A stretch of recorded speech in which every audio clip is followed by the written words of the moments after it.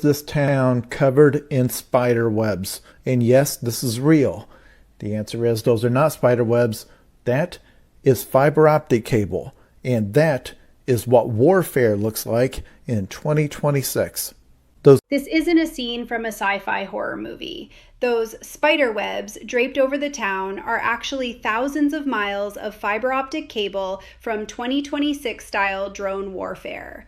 You need to see how this is changing everything. These videos were posted from the front lines in Ukraine. We've now hit the 4-year anniversary of the Russian invasion, and right now the war is mostly being fought with these just hobbyist drones. And to prevent the drones from being jammed, they trail behind them mile after mile of fiber optic cable. And now the landscape is absolutely covered in thousands of miles of this cable. Ukraine says something like 80% of casualties are the result. Honestly, seeing this town completely blanketed in what looks like silk is eerie. But the reality is much more technical.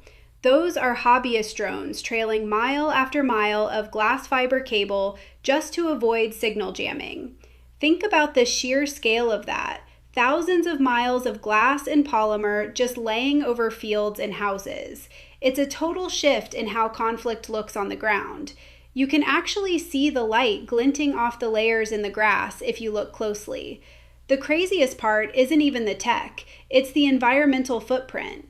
Birds are already starting to weave these synthetic fibers into their nests.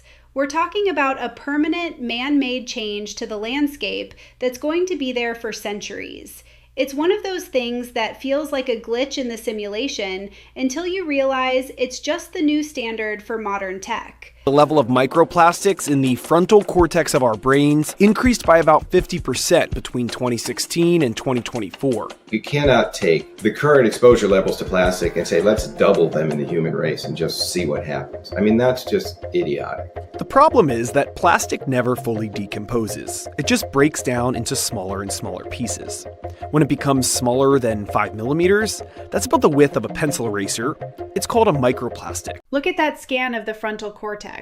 We've known about microplastics for a while, but seeing a 50% increase in brain saturation over just 8 years is a massive wake-up call.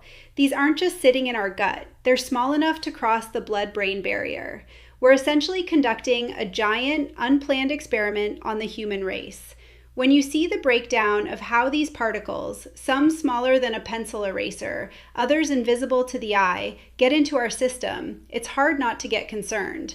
They're calling it idiotic to keep doubling our exposure levels, and it's easy to see why.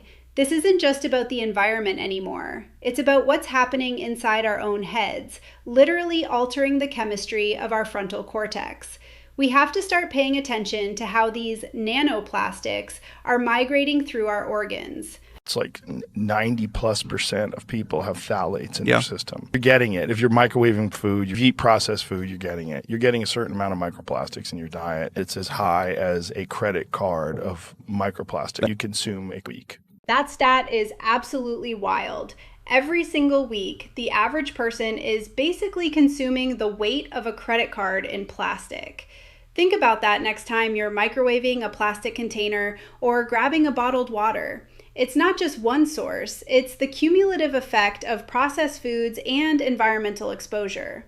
It's estimated that over 90% of people have these chemicals in their system right now. When you hear it framed that way, eating a credit card's worth of synthetic material every 7 days, it really puts the scale of the problem into perspective. This is why everyone is talking about gut health and detoxification lately.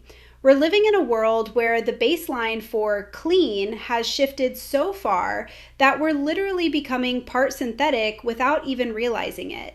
And divisive, claiming he wants to bring his community together by taking this down. The project's funding reportedly included a donation from Elon Musk. Yeah, it's divisive to showcase This mural controversy in Providence is a perfect example of how deep the social divide is getting. You've got a tribute to a slain refugee that was funded by some of the biggest names in tech, including Elon Musk. And yet the local government is calling it divisive and ordering its removal. It's fascinating to watch the clash between community art and political narrative. The mayor claims he wants to bring the community together by taking it down, but the artist is pushing back, saying it's a human story, not a political one. It makes you wonder where the line is drawn for public art. If a tribute to a human life is considered a threat to safety or values, what does that say about the current state of our public discourse? It's a high-stakes tug of war over who gets to define what the city looks like.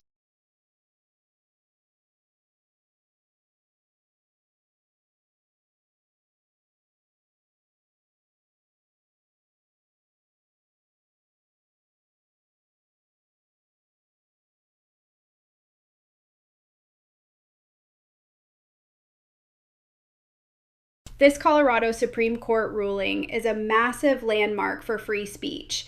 The court basically threw a shield up against the state trying to enforce a specific orthodoxy in what therapists can and can't say to their clients.